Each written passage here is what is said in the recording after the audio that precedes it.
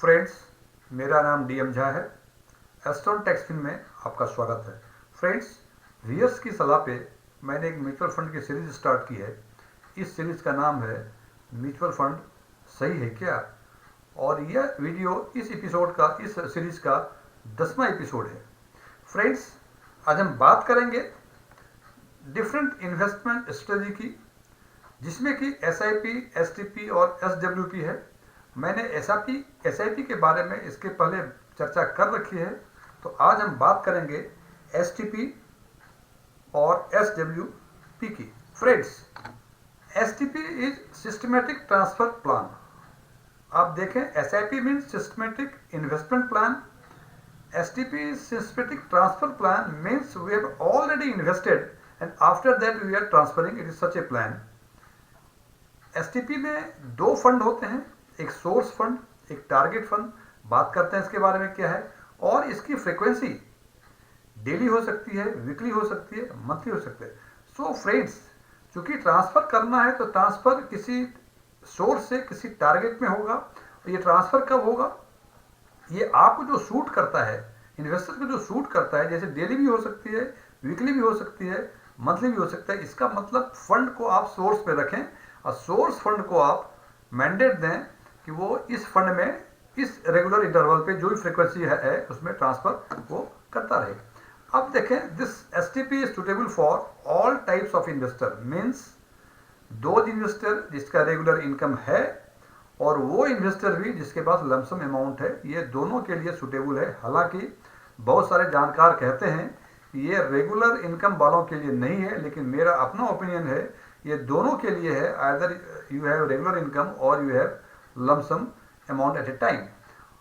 And अभी हम चर्चा करते हैं कि किस तरह से है, और ये कहते हैं for those who do not want to park the fund in a low bearing interest, इनके लिए भी है जो पैसे को अपने कम ब्याज वाले एवेन्यूज में जैसे बैंक में रखना चाहते हैं और चाहते हैं कि हमें स्टॉक मार्केट का भी कुछ एडवांटेज मिले, लेकिन बिना विदाउट टेकिंग मोर रिस्क, बिना अधिक रिस्क लिए हुए।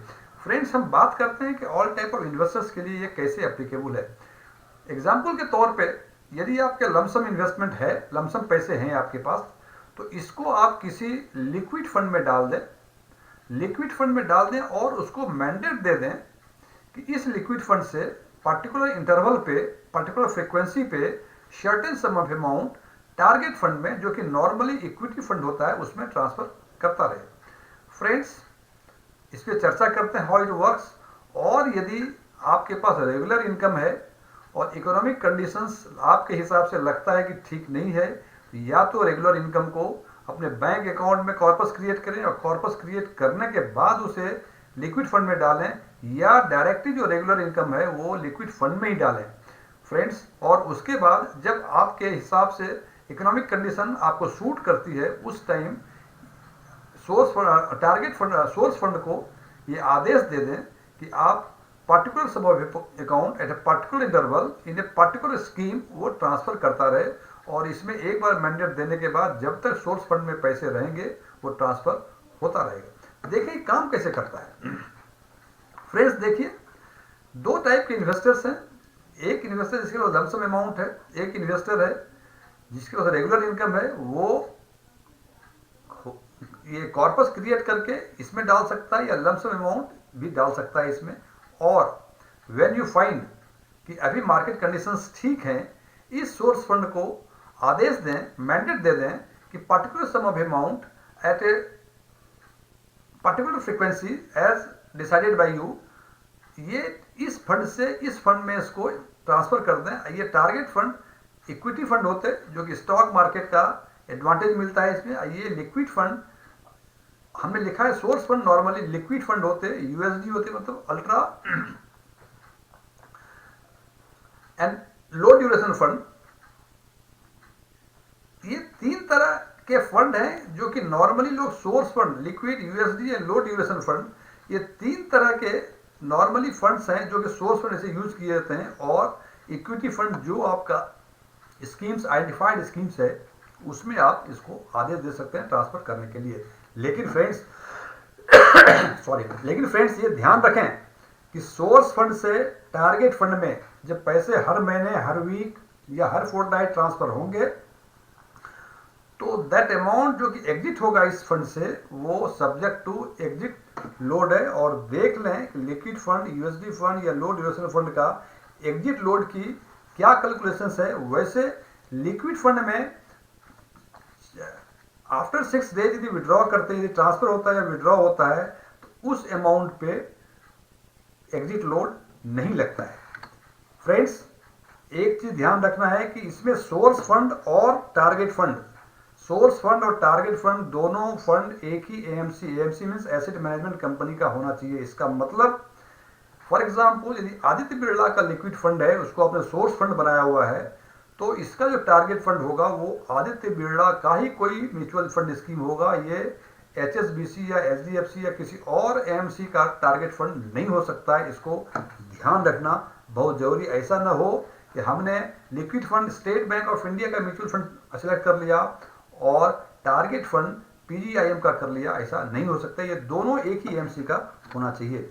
फ्रेंड्स, अब बात करते हैं एसडब्ल्यूपी की। एसडब्ल्यूपी मींस इससे सिस्टमेटिक विड्रॉल।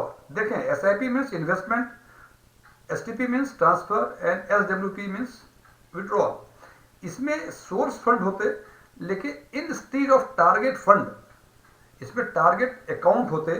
फ्रीक्वेंसी इसमें भी डेली, वीकली, मंथली जो सूट करता है आपको उस हिसाब से होता है। लेकिन इसमें एक डिफरेंस है एसटीपी और एसडब्ल्यूपी में। एसटीपी में you have a regular income or you have lump sum amount, and after that you give the instruction to source fund to transfer a particular sum of amount at a particular frequency to the target fund. But in case of SWP, it is suitable for superannuated person. वो आदमी के लिए suitable है जो retire हो गया है और उसे एक लम सम अमाउंट मिला है। And we see how it works. Friends, lump sum amount retirement के बाद मिला आपको, आप नहीं चाहते हैं कि सेविंग बैंक का 2.5 से 3% इंटरेस्ट लें, तो आपने उस सारे फंड को सोर्स फंड में डाल दिया। और after parking the fund in the source fund, जो कि यहाँ भी लिक्विड, यूएसडी और लो ड्यूरेशन फंड होगा, इसको आपने मैंडेट दिया कि particular sum of amount at a particular interval, एक अकाउंट होगा आपका बैंक में, टारगेट अकाउंट, उस अकाउंट में ट्रांसफर करें, सो दैट कि आपको जितना रिक्वायरमेंट हर मंथ का है और आप चाहते हैं कि इसे सिस्टमेटिक विड्रॉल हो, उस हिसाब से इस फंड से अमाउंट उस टारगेट अकाउंट में जाता रहे और आपकी जो नीड है उस पैसे की, वो नीड पूरा होता रहे। फ्रेंड्स, यहाँ भी चूंकि सोर्स फंड जो है लिक्विड और यूएसडी फंड है, तो यहाँ भी एग्जिट लोड का प्रोविजंस है। यहाँ भी एग्जिट लोड देखना पड़ेगा। और आज के दिन में लिक्विड फंड का जो एप्रिसिएशन है, जो रिटर्न है, annual return, it is around 4.5 to 5%, which is more than the saving bank account. Show STP और एसडब्ल्यूपी दोनों ही केस में जो सोर्स फंड का जो रिटर्न होगा, it is more than the saving bank account in the bank. Friends, इसमें भी देख लें, transfer of fund from source fund to target fund, ये एसडब्ल्यूपी एसटीपी दोनों में सब्जेक्ट टू एग्जिट लोड है। ये ध्यान रखना है कि एग्जिट लोड क्या है। वैसे मैं फिर रिपीट कर दूं, लिक्विड फंड में 6 दिन के बाद यदि फंड ट्रांसफर होता है या विड्रॉ होता है तो उसमें एग्जिट लोड नहीं लगता है। Before that if you withdraw the money, कुछ सर्टेन कंडीशंस है। इस बात की चर्चा हम किसी और वीडियो में करेंगे। फ्रेंड्स, यदि आपको मेरा ये वीडियो पसंद आया हो, इसे लाइक करें, शेयर करें, कुछ बातें अच्छी लगी हों कमेंट करें, कुछ पूछनी हो इसके बारे में बताएं, और यदि कोई चीज़ें अच्छी नहीं लगी हों इसके बारे में ज़रूर बताएं। फ्रेंड्स, मैंने म्यूचुअल फंड पे कई वीडियो बना रखे हैं, सबों का लिंक इस वीडियो के डिस्क्रिप्शन बॉक्स में होगा। और फ्रेंड्स, यदि आपने अभी तक मेरा channel Aston Tax Fin subscribe नहीं किया है, इसे सब्सक्राइब करें। Thank you, good day.